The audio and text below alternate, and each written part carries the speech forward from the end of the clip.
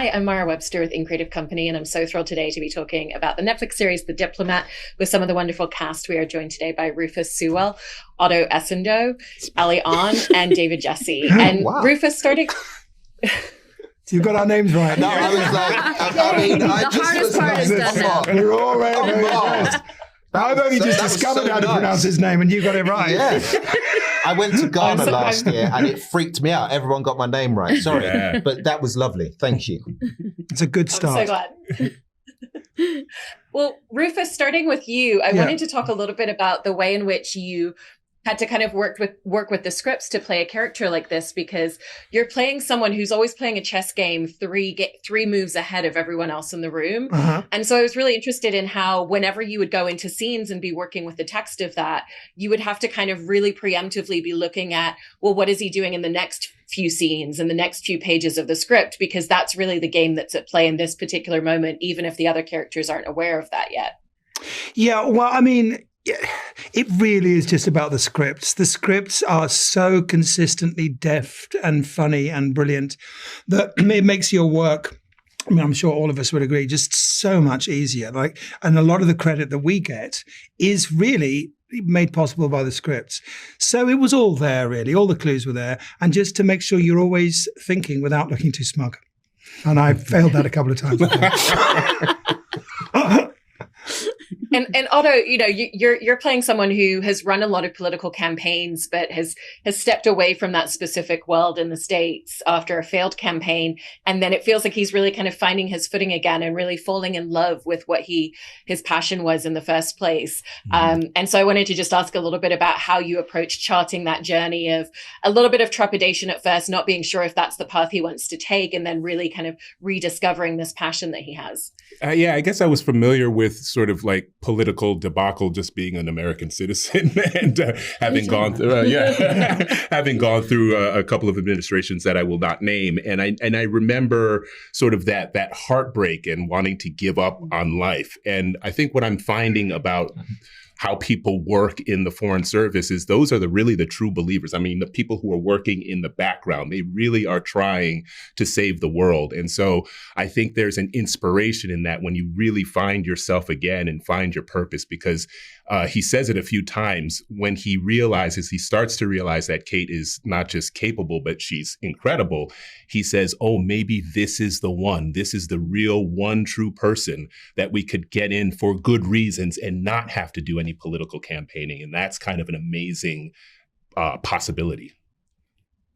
It is. And Ali, you know, in playing your character, I love the fact that there's always so much under the surface, and she herself asserts in her relationship the fact that she's always intentionally withholding information and choosing what she tells people. Yeah. And so I was interested in how you would really work with the text and look at, well, what information is she giving to people and why? And what is she keeping tight to her chest? And what are the reasons for that, to kind of figure out a lot of her actions and a lot of her motivations in scenes? Yeah, well, one of the big things I learned early on was like they talk about with Americans and Brits in that relationship, when Brits want information from Americans and they don't know how to get it, they just stay quiet, and Americans will kind of offer themselves anyway and to fill the silence. So I thought about that a lot with just like, if I can just learn to keep my mouth shut and just stay and have that pause, then people will give me information that I want. So I thought about that a lot when I was playing Idra. It was just to like stay still, which is very different than how I feel in life, you know? I had to learn how to do that on auditions. Still learning. Yeah, still learning. Clearly. Don't fill the pause with gavel. Just shut up and pretend to be cool. I mean, it's such a great point. And David, kind of off the back of that, I feel like Denison's the perfect example of someone who really allows the silence to sit there and for other characters to fill it. You know, and he feels very observational in a lot of scenes. And so I was interested in how, as much as you found the dialogue very helpful, you found those moments of when he holds himself back and has a lot of stillness about him just as useful. I'm doing it now. There you go. That was some prime Gyasi there.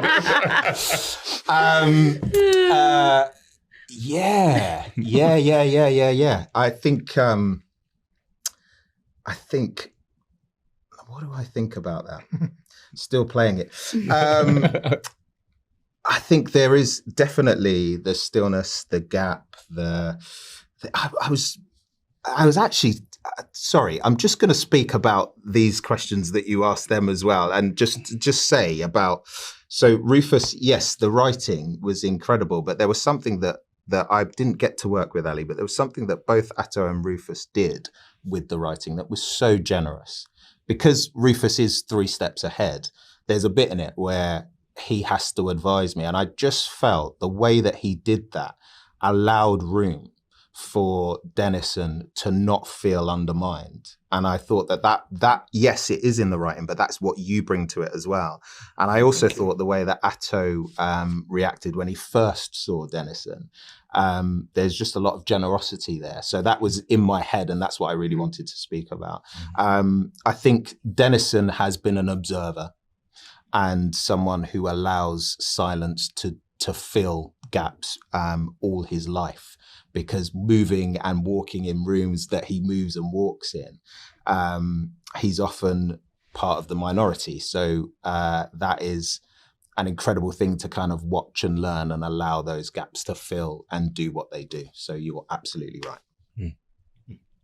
And Rufus as well, you know, in terms of Hal's charisma, he's someone who's so good at kind of really just pulling people into this magnetic force that he walks into any room with. And so I wanted to ask about how you really found what the specific charismatic energy of this character needed to be. Charisma is very hard. It's so hard to talk about this man. I don't think you got. Yeah, I mean, you're not Rufus supposed is really to talk about charisma with this guy. Don't. He doesn't have it. Yeah. Well, well, that was very nice. But that aside, thank you, my darlings. It really, again, it's the writing. It's like, you know, if you're playing, so much of it is in what people say about him, you know, and if the other characters leave the space and the timing of when you walk in and when you leave and how people react to you is right, all you've got to concentrate on doing is not doing anything to tell the audience otherwise. So it's a lot of omission, really. It's just like, you know, if you're playing a king, it really helps when people stand up when you come in the room. You know, if they don't, you're not a king. I don't care. You could be kinging it all you like. So if I'm not good in the scene, it's your fault. Yes, and that's what we've arrived at. That's ultimately what I'm saying. And Ato and Ali, in terms of talking about your character's relationship, it's really beautiful to kind of see the private moments later in the season between the two of them and how they exist in their own little bubble in their world. And I love the fact that they have such specific and unique intimacy to the two of them. You know, for her, sharing a piece of information from work is a very specific intimacy that's so unique to them. And so I was interested in how the two of you really found what's their expression and their very specific language of affection for one another, because it's not necessarily what you would traditionally find in an on-screen romance. No. I mean, I think both of them are so withholding. I think most of the time we just found it funny how little they could really bring themselves. Their vulnerability is always kind of being hidden. Right. And there's always we have like a sign language. I think there's like a lot of scenes in the room. If you're watching carefully, there's always some kind of eye contact that they make that is like not professional. Do you know what I mean? But it's only something that you can sort of slide in under the radar. And I also think that they're one of those couples that they think everybody thinks they think that nobody knows, but like everybody kind of figures it out. I mean, But everyone else has seen the show. They're like, oh, you're not dating? No, really? Oh, gosh. I don't know. I still think nobody knows.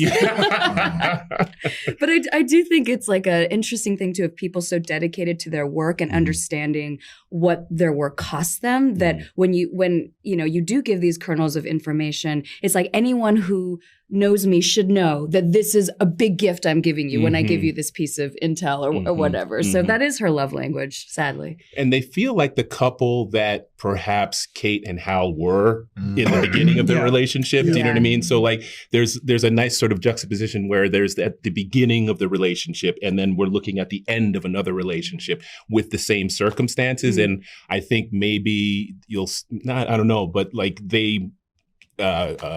we might not understand, or we might not see the benefit of just watching how Kate and Hal move to say, oh, we don't want to make those mistakes, but we see this coming kind of thing. Do you know? Mm-hmm. Yeah. You might be hearing from my lawyers because normally I like to be the first person that uses the word juxtaposition. Maybe you didn't get them. I got that. That was a clear. Yeah, that was a clear what the- memo. It's in my room. That's the way you want to play I it. got to read my Yeah. writer. Jeez. Yeah. Ooh. And David, you get to play some really wonderful kind of undercurrent in terms of the relationship that Dennison starts to develop and the feelings that he starts to develop for Kate, because again, it's one of those, so much is unspoken and so much of it is in front of other people where everybody's watching and they know that people are seeing every move that they make. But I love even just the small details where he starts to realize, okay, when you stay silent, when I say something, that means you agree with me, even if you're not saying it out loud. And so it feels like he becomes much more comfortable within himself around her as time goes on, whereas at the beginning there's a bit of nervousness. And so how did you want to create that shift of what those two different spaces look like when it's someone that he's just getting to know and kind of figuring out their rhythms, and then someone where he really starts to understand them quite intimately? Yeah, it's almost in what Ali and Ato said earlier, actually, in that the initial reaction to a slightly more brash, let's say, and less reserved personality coming into his sphere. I think he had put Kate down to one of those people. And I think what they start to see, what connects them both, is that they are people of integrity and people of that search for the truth and speak the truth. And so I think that that's where I was starting to land. This is where they connect. Interestingly, in my cab on the way to the hotel, I had a cab driver who was saying that he didn't care about one of your former politicians' private lives. He was like, I don't care about that. He's a great businessman and he should be leading. And I thought that's interesting, because actually integrity and honor and things like that are out of fashion. They're old-fashioned words. And so then when you meet people that have these things, and it may sort of present in a different way to what one's used to, but when you meet people that have those things, I think Dennison is just naturally drawn to that. What that ends up being, who knows? But that's what I would say is their sort of landing mat. And then on the other side of Kate's love life, we obviously have her marriage with Hal, and it's really like fun to watch the kind of the tussle and the push and pull, because they both have emotions going in so many different directions at any given time. Sometimes she's the one who's more feet in than him, and vice versa. And so kind of similarly, was it the writing that really gave you that gauge point of all the different emotional trajectories and places that he's in? Because sometimes he's very committed and he really wants to make this work in a real way. Sometimes it's a business transaction, and sometimes it's, his feelings getting hurt and feeling like he's getting pushed out professionally. It's the writing, and the writing. And a little bit of charm. A little bit of your charm. No, and it also really, really helps that I have to say, it can be quite nauseating to watch things like this when people really like each other. But it was a really fun, lovely job.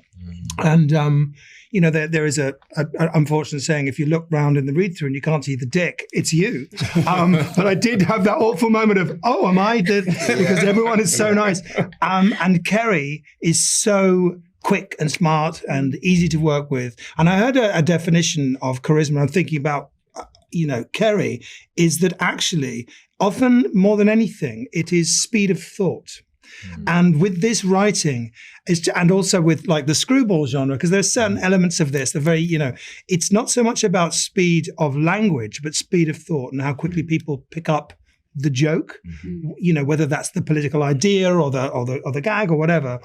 And working with people who kind of get it makes it so easy, because you don't have to do that thing of like moving the furniture of the scene around. That takes care of itself. It's all really well oiled.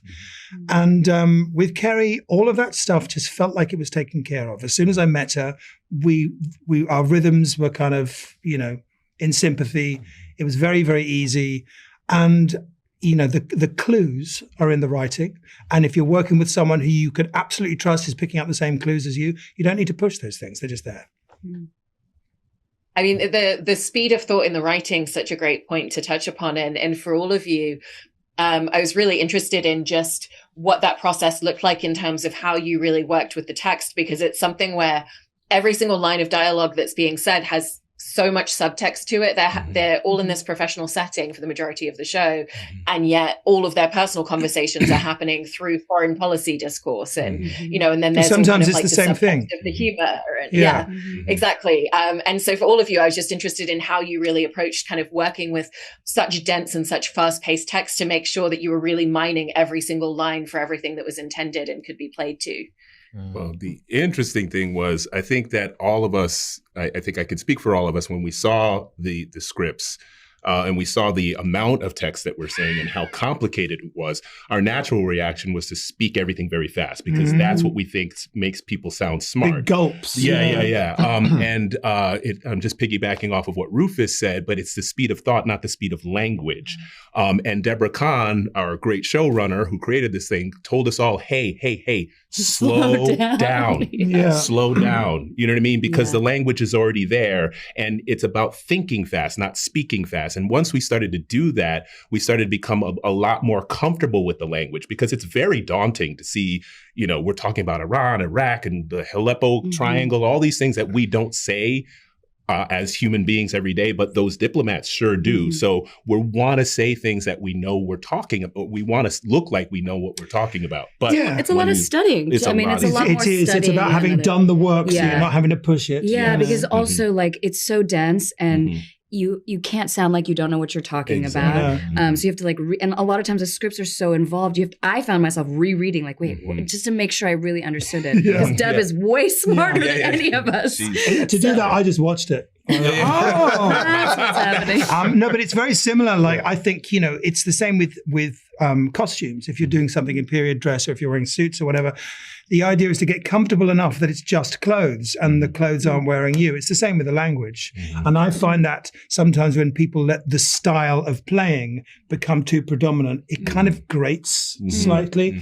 And that if we managed to avoid, I think, a kind of house style of playing. Yes. Where people think the fast way they're speaking is kind of cute. You know that? I remember having a conversation with my agent about this project, and I said, it has to be this one, because I won't have space or time when I'm on this to think about any other project. And I think it's because in the pages that I received and the episodes I received, it was so dense. It's what we've all just spoken about. It was this language, and then the subtext and the gaps in between. I always find that interesting. I find the silences in between the lines where the real meat is, where the clues are. That was even thicker and even more dense. And so it just literally, your question just reminded me of that I was like, I'm not going to have time for anything else. But honestly, some of the most loaded lines are when characters say, okay. Yes, exactly. Yeah. Okay. Yeah. Okay. It's like there's so many things going on in that okay. It's like the word fine. And that element that you're all touching upon as well, in terms of just the understanding of a lot of the language, and especially with that pacing and the density. I wanted to also ask about research, because it feels like you could kind of go down an endless rabbit hole of research for roles like this in a show, in a world like this. And so how did you each approach really looking at what's going to be the most conducive element of research, and what are the materials that are really going to give me this deeper understanding of my character? And, even just things where you're reading logistical information, but it's telling you more about the characteristics and traits of who you're playing. Well, it was really hard at the time because nothing much was going on in the world. So we had nothing else to do. But it became all consuming, really. But for myself, like, not only, like, before I might, have my coffee and read a couple of articles in some of my favorite papers, what I found was I would read those articles, some of my favorite papers, and then read the same articles in the opposite papers and start to understand where diplomacy sits and where true democracy sits, being able to take on board different opinions and find a solution that someone wins a little bit and someone loses a little bit, and we move forward, right? So there was that. My family, God bless them, they kind of lost me a little bit for a few months of going into this wormhole, as you said, and then I spoke to a few politicians. I think for my character, it's he's in a party that perhaps is not, let's say wholly aligned with his own political views, and so there is a little bit of a, can I say it? Yeah. Juxtaposition in that. He had the generosity to reach out to his lawyers before. I did. So I think that. That was me really. So. But Deb recommended this book. But do you guys remember that book that The Ambassadors? The Ambassadors for us to all read. Mm-hmm. And I think all of us started it. Some on audiobooks. Some I was like reading it, and then we were like, this is too hard. Yeah. I was just saying, I was reading about Richard Holbrooke, and and it was very interesting. But what's really good about that level of research is you can find out what you're not going to need. Mm-hmm. You can, and I think it's very, very important. But sometimes the ultimate research is the script. Mm-hmm. You can veer away. Mm-hmm. I like to know as much as I can for any tiny thing it'll give me. But as long as it doesn't, the most important thing for me is the images that flash up when you first read the script, and the things it reminds you of that might not be of that world. Yeah. It might be an image from an entirely different universe for you, an emotional universe that you bring with you, because as they always say, that the least interesting thing about any character like that is the uniform. Mm-hmm. It's everything else that you're watching it for. So that's what you try not to leave behind. Yeah. There's a documentary that I'm not going to remember that I think Carrie suggested I watch about the Israeli. Oh God, that was extra. What was it called? What was it called? What the bumsicles? Yes. But it was about the during the Clinton administration, the peace accord between in the Middle East between Rabin and Yasser Arafat. Yeah. And I watched it, and what struck me. Yeah, it was heartbreaking. So I was crying through this because I remember as maybe a high school kid when it happened, how monumental it was. But watching that documentary, you start to understand the emotional sort of investment the people that we play have. And there's something simple about it, right? Because what a diplomat, I think, is doing is managing human relationships, which we all do in our families, in our friendships, in our societies, right? They're doing it on a macro scale. So this whole peace accord was about, well, Yasser Arafat really likes to hug and kiss people. And you know what?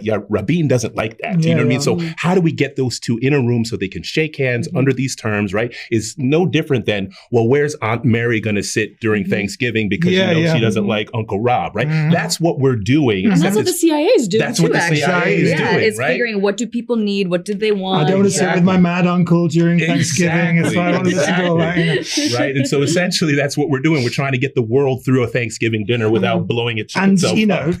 Talking about what we've been talking about is the image I remember from that. One of them most strongly is the moment where Clinton is tickling and hugging Yasser Arafat as a kind of way to cajole him. And it's so unbelievably human. That's the thing that's interesting. It stunned me at the time. I remember seeing it when I was a kid. And that a kid of only 36. I remember that.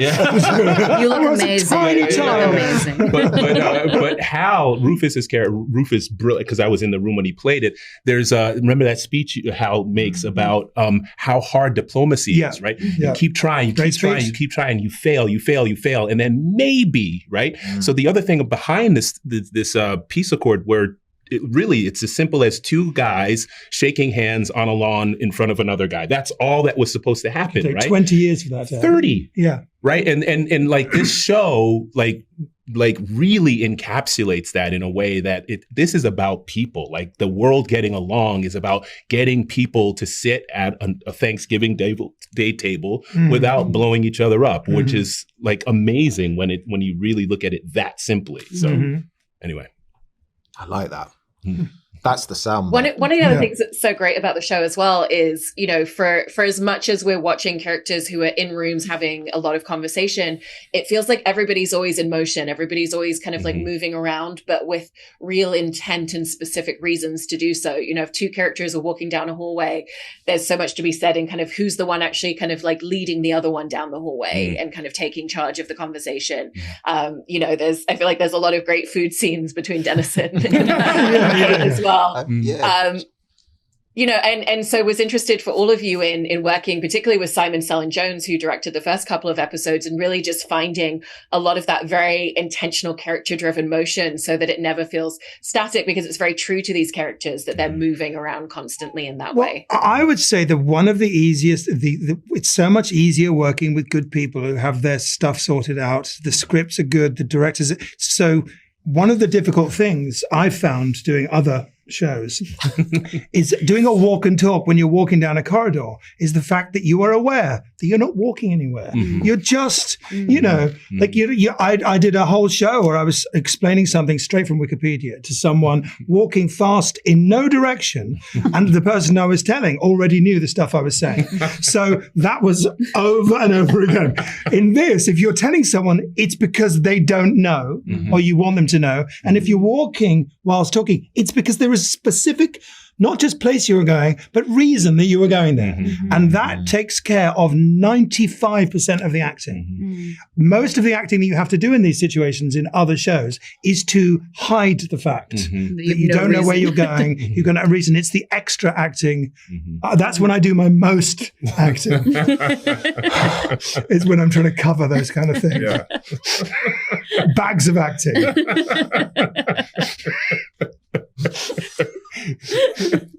Just dumping them. How about for the rest of you? Case of acting for you. Delivering a case of acting. There was something about, like, I remember being told by Deborah that, we're sort of going into these buildings, right? And a lot of these buildings, some of the furniture is older than countries that are out there, right? And so the first time we walked in, it was a little bit like, oh gosh, don't touch that. And Deborah was saying, just this needs to feel like it's your front room. And, it's a thing to sit on the edge of a desk that is probably worth more than, my whole family's entire estate. The desk is worth more. And I'm just going to perch on the end of that. I found that really, really helpful. And then also I found another thing quite interesting was a lot of the furniture was designed for male bodies and bigger. So it was quite, it's quite sort of, it was interesting to see Kerry and Ali navigate these tiny people. Yeah. So I find that dance and that relationship quite fascinating. But then some of the politicians that I interviewed, it goes back to what you were saying before. It's life, right? So this language that they use, that's the way that they find out how to tell each other they love each other. I'm going to give you this bit of information. And so again, we've only got this period of time before we go to this meeting. And actually there's something that I wanted to say to you, but can't quite say to you because this is happening, but you'll get it in this way. So all of those things were really helpful to not be doing our best acting with heaps and bags, as you put it. So it's like Rufus was saying, it's all taken care of in the writing. I mean, I still remember reading the first script for the first time, and I hate, we all read on tablets and so forth. I can't stand reading scripts on tablets because you can't flip back if you did forget something or whatever. But this script was so compelling, like I couldn't wait for the next script, the next script, and the next script. They're so well sort of like oiled, as you said, that there's nothing you need to do besides show up and know your lines and throw some acting in there, of course, but like just know what you're saying and the rest is taken care of. So that, for me, that's made it really easy job. Sorry. Go ahead. I was just going to add to that real quick. Like, I found myself invested in there's some jobs I've done where I've not been so invested in other storylines just because you sort of read and you get invested and then then amendments come in and all of a sudden it's all changed. I don't remember amendments on this. And I found myself like, when the new scripts came out, we would all just go off to the corners to find. And I found these relationships so interesting, honestly. Yeah, there were scenes I wanted to be there for that I wasn't in just because I wanted to watch. Yeah. Oh, God. Sorry, I love all of these details so much, and thank you so much for sharing all of that. It's phenomenal performances in the series, so congratulations. Thank you for watching all of them. It sounds like you watched all the episodes. It really That's awesome. Of Thank course. you.